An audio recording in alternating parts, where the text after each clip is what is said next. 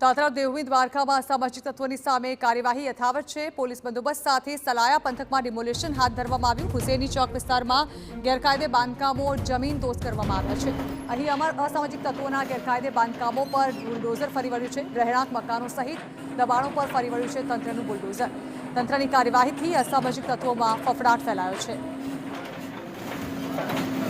દેવભૂમિ દ્વારકા જિલ્લાના મુખ્ય મથક જામખંભાળિયા પંથકમાં ફરી એકવાર તંત્રનું બુલડોઝર છે તે ફરી વળ્યું છે। ખાસ કરીને વાત કરવામાં આવે તો સલાયાના હુસેની ચોક વિસ્તારમાં રહેઠાણ વિસ્તાર છે ત્યાં તંત્રનું બુલડોઝર છે તે ફરી વળ્યું છે। ખાસ કરીને વાત કરવામાં આવે તો પોલીસના બંદોબસ્ત વચ્ચે આ ડેમોલેશનની કાર્યવાહી છે તે હાથ ધરવામાં આવી છે। વાત કરીએ તો જેસીબીના મદદથી જે ગુનાહિત પ્રવૃત્તિ ધરાવતા અસામાજિક તત્વો છે તેના રહેઠાણ પર અત્યારના તંત્ર દ્વારા કાર્યવાહી હાથ ધરવામાં આવી છે।